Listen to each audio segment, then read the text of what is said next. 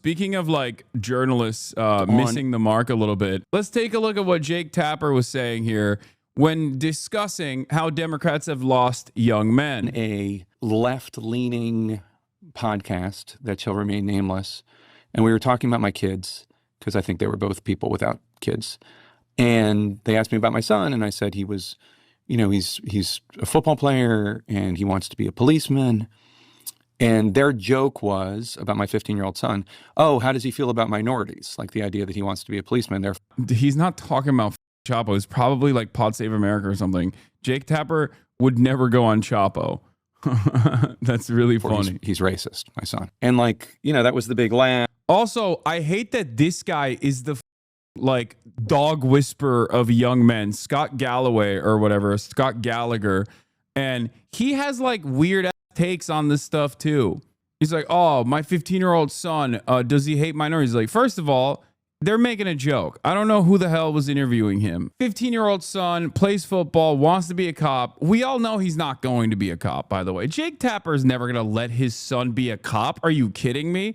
Why in the ever-loving would he ever allow that? That's why you're Jake Tapper. Your son's going to be in media or immediately get like a cushy staffing job with like a high-level DC person and go through that and then maybe become a senator one day. It's just not, it's never going to happen. Let's continue. I got dragged in the comments and all that stuff. And I thought to myself, this is why you f***ers are losing elections. 100%.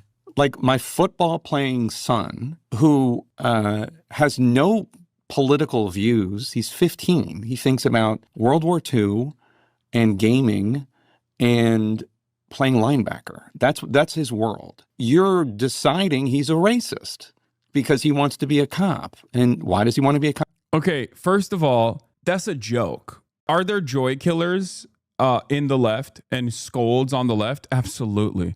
People that absolutely love to behave as though being the biggest woke scold means you are the most morally consistent, best leftist. But like, that's a joke. First of all, every 15-year-old is already mainlining some of the worst reactionary propaganda on a daily basis. Let's be real. Ask your son what he thinks about women. If he says they're all hoes, then you know they are watching every bad manosphere podcast that's out there. Your son's going to be like, on God, them chopped huz, they're destroying my life. If your 15-year-old son calls women females, that's salvageable. If he calls them foids, make sure that there's no weapons in the house, okay? Because that's a mass shooter in the making.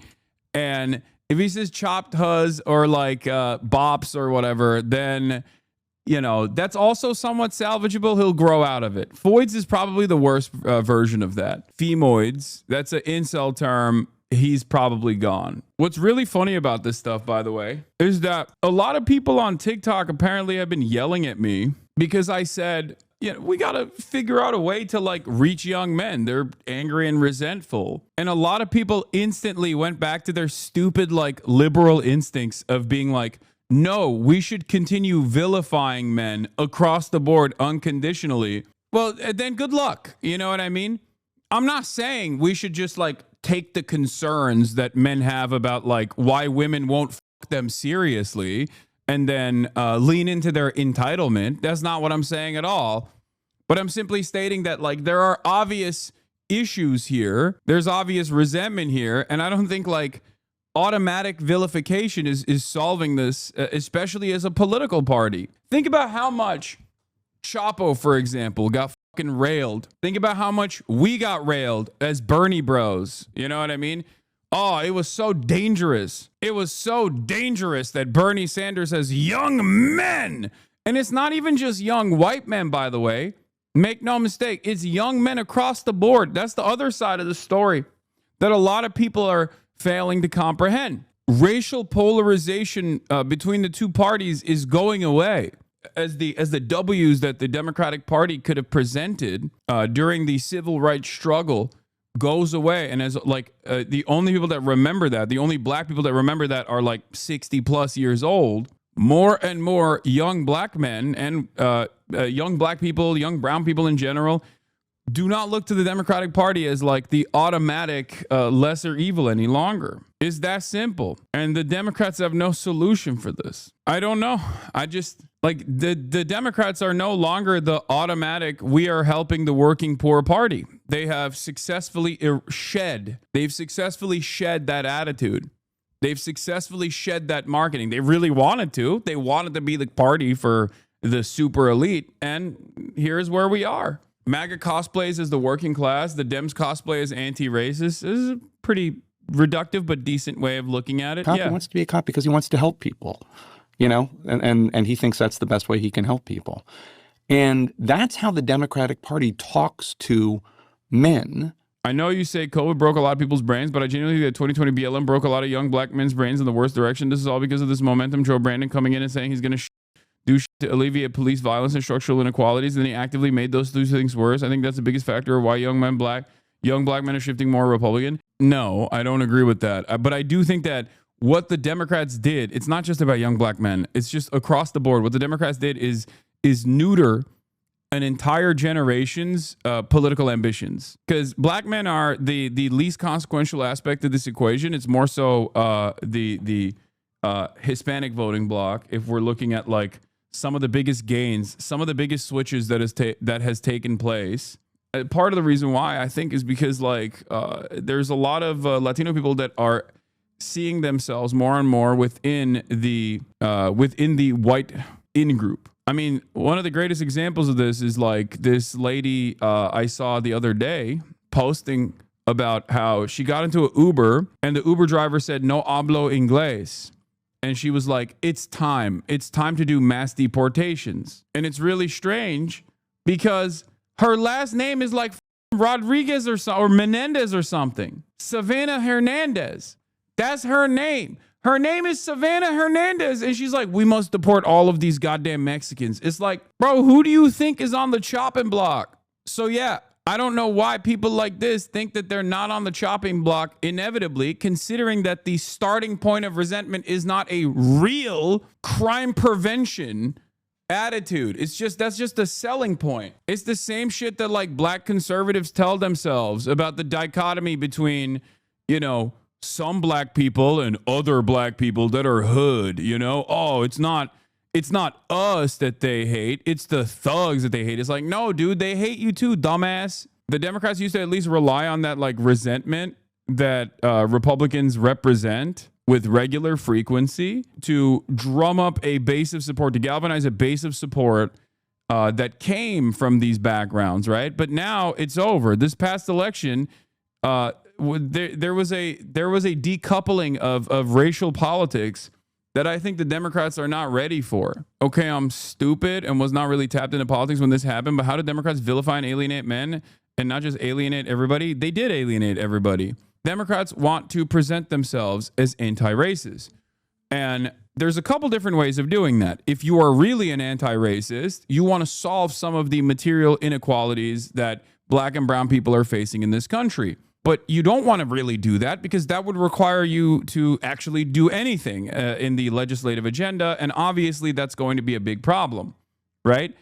So the way that Democrats have positioned themselves as anti-racist is basically by saying white men are the devil, just by presenting themselves as like anti-white men. White men are dangerous. White men are the devil. Now, it's not totally off base to say those things, okay? I'll say something like that. I'm a white man myself, you know? But it's ultimately, it's not how you craft a campaign. You feel me? You can't do that. You just can't do that. I don't remember the Democrats saying that. Oh my Lord. They didn't come out and say white men are the devil entirely, okay? They didn't like verbatim say that. I'm obviously exaggerating. Hello, I'm a Twitch streamer. Democrats believe the Republican framing DEI hurts white men, when in reality, more often than not, they just never message broad general policies that will connect the white men. Exactly.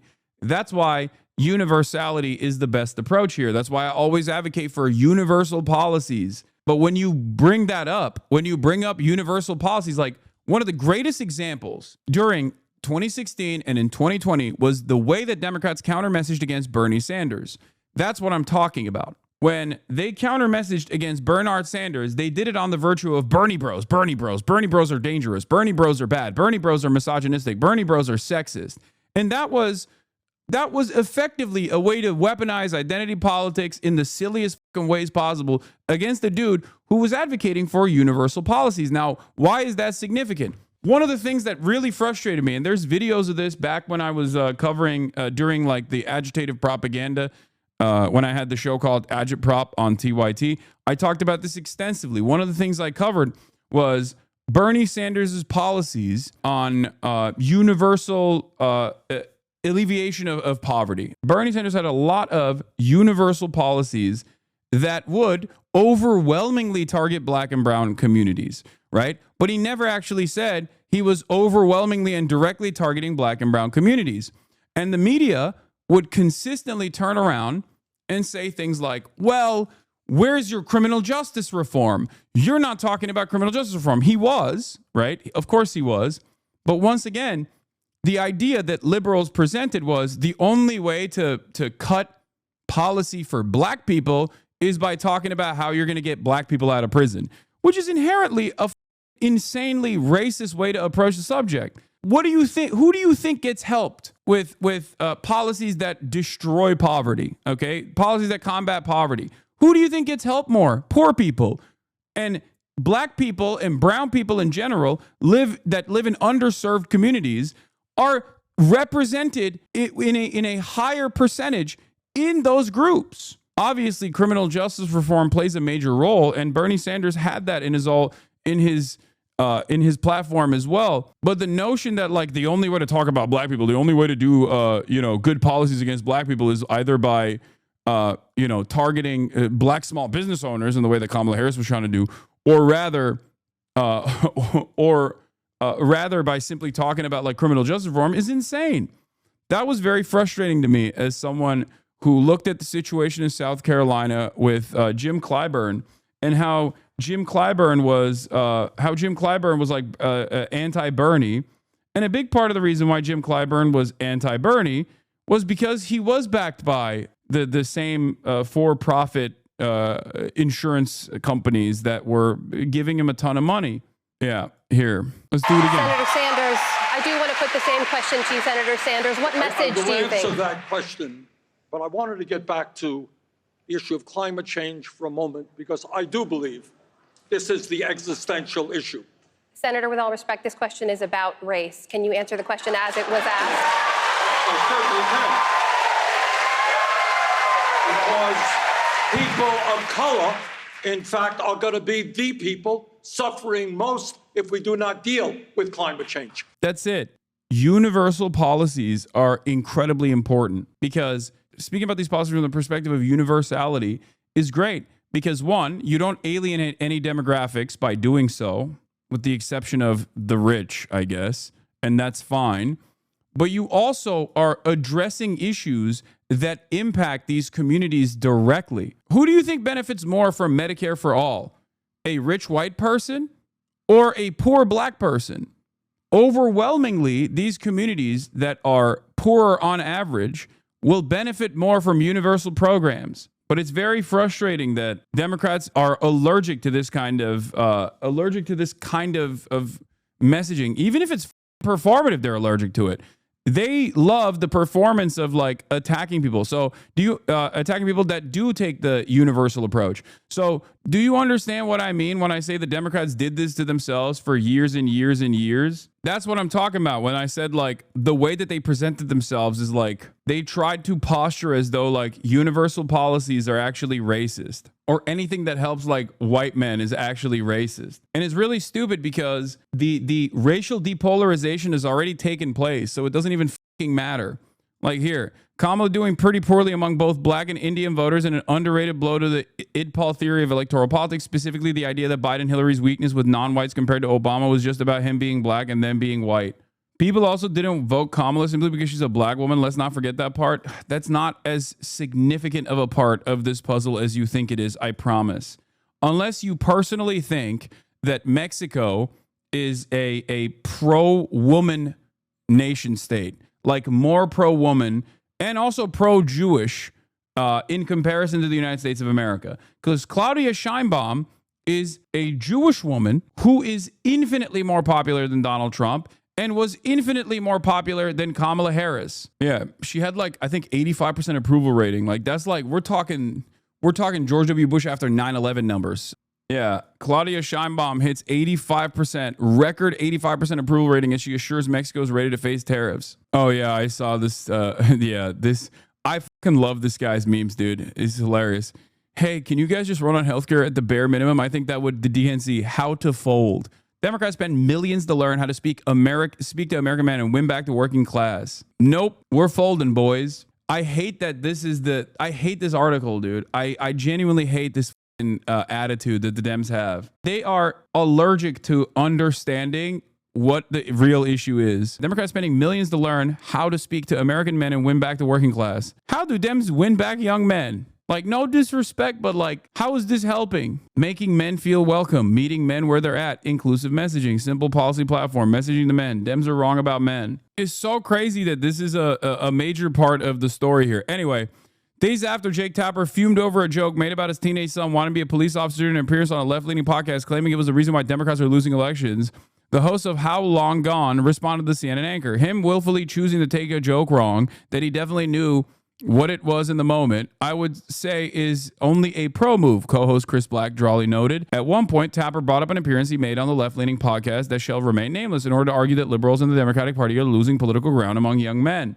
Specifically, he referenced an exchange he had with the host about his 15-year-old son's admiration for law enforcement. Their joke was about my 15-year-old son. Oh, how does he feel about minorities? Like the idea that he wants to be a policeman, therefore racist. That was a big laugh, the CNN star grumbled. And then I got dragged in the comments and all that stuff. And I thought to myself, this is why you are losing elections. Someone actually sent me the link to the podcast, by the way. I think it was like 1,000 views and like 30 comments total. Does anyone have that link? Oh, here it is. Here's the clip. 1,000 views and 9 comments. How Long Gone, 1,000 views.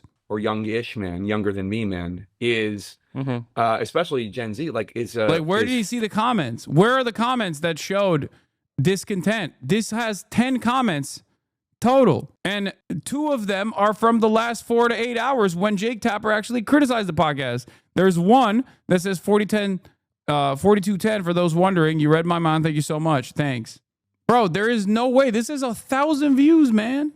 1,000 views. He just presented this as though this is like a major point of discontent when it's like dudes who are just joking. Okay, he's 15. He thinks about World War II. While neither Tapper nor Galloway identified the show where the comments were made, it soon became obvious that it occurred during the CNN's host April 2nd appearance on How Long Gone, a pop culture podcast that launched during the pandemic and soon became a cult hit for its joke-laden and controversial approach. In its write-up of Tapper's complaints about How Long Gone, the Daily Mail claimed that the original Sin author was outraged after woke podcast suggested his child was racist for absurd reason. Meanwhile, during the interview in question, the host and Tapper discussed the politics of Gen Z, especially among young men. When Tapper said that he understood why the Democrats were struggling so much with teenage males because they don't speak any language that my son speaks, the conversation shifted to the younger Tapper's interests. With Tapper calling them out on Galloway's podcast, Black and Stewart responded during their latest episode, How Long Gone, a black a tastemaker and brand consultant kicked off the latest broadcast by jokingly referencing Daily Mail's headline. Anyway, I don't know. I mean, this story is so utterly irrelevant. I'm sorry. No disrespect to this podcast, but all disrespect to Jake Tapper. But yeah, Tapper jokingly responds in the moment too because he understands it's a joke, obviously. And here, this is at one point Tapper revealed his son likes the military and likes police. Co-host Jason, how does he feel about minorities? Pausing for a beat, Tapper said he's pro before moving to a discussion about text messages his daughter sent him recently. The interview would continue for another 25 minutes and concluded with the anchor expressing willingness to come back this summer to talk about the Biden book. He's pro. Anyway, listen to me. None of this is relevant, okay? This is all utterly irrelevant and silly and stupid. There are much broader problems here at play. There is discontent brewing, okay? There's discontent brewing in every demographic. Women see how reactionary, young women especially, see how reactionary their male counterparts have become, especially in the last 5 to 10 years. That causes them to take a defensive posture by voting overwhelmingly for the Democratic Party, which they see as like a better alternative. There is I guess, gender polarization among young women, whereas there is a racial depolarization happening in the grander stage for all age demographics. within the duopoly structure that we have between the Democrats and the Republicans. It's understandable that women look at the overwhelming sea of resentment that men are displaying with regular frequency and turn around and go, okay, as a mechanism of defense, I'm just going to vote for this party that isn't like openly anti-women, only women of color. I think that women of color overwhelmingly, but women in general, even white women are young white women are still pro-Democratic Party as opposed to older white women. If you want to address these issues, you have to focus on the principles of universality and throw some red meat to the Republicans to counter message against. If you don't do that, if you stand for nothing, then you can be presented as being for anything that the Republicans choose. This is a major issue that I don't think will be solved anytime soon, and I don't really know how the Democrats are choosing to solve this issue. All I know is the Democrats are refusing to solve this problem, and I just like everything that they've signaled so far feels to me like they don't give a shit.